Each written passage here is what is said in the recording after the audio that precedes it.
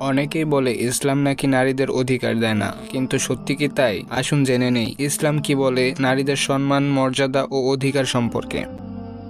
ইসলামের আগমনের আগে নারীদের সম্মান, অধিকার বা নিরাপত্তা কোনো কিছু ছিল না। আরব সমাজে কন্যা সন্তানকে জীবিত কবর দেওয়া হতো। ঠিক তখনই মহান আল্লাহ কোরআনে ঘোষণা করেন যে কন্যা সন্তানকে জীবিত কবর দেওয়া হয়েছিল, তাকে জিজ্ঞেস করা হবে তোমাকে কিসের অপরাধে হত্যা করা হয়েছে। ইসলামে প্রথমবার নারীদের মা, স্ত্রী, বোন ও কন্যা হিসেবে বিশেষ সম্মানের আসনে বসানো হয়।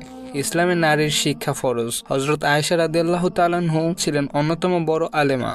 ইসলামে নারীকে শুধু গৃহবন্দী রাখেনি, বরং নারীকে দিয়েছে চিন্তার স্বাধীনতা, মত প্রকাশের অধিকার, এমনকি সম্পত্তিরও অধিকার দিয়েছে।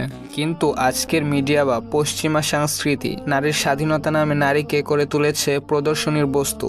কিন্তু ইসলাম চায় নারী হোক সম্মানিত, রক্ষা করা হোক তার শালীনতা। বন্ধুরা, ইসলামে নারী কোনো গৃহবন্দী নয়, বরং সে একজন মায়ের রূপে জান্নাতের চাবি, স্ত্রী রূপে পূর্ণতা আর কন্যা রূপে রহমত। আসুন আমরা নারীকে সম্মান করি সেই রূপে যে রূপ ইসলাম তাকে দিয়েছে হাজার বছর আগে। প্রিয় ভাই ও বোনেরা, যদি ভিডিওটি আপনাদের সামান্য ভালো লেগে থাকে তাহলে লাইক, কমেন্ট ও শেয়ার করতে ভুলবেন না। আর আমাদের চ্যানেলটি সাবস্ক্রাইব করে আমাদের সাথেই থাকবেন। ধন্যবাদ।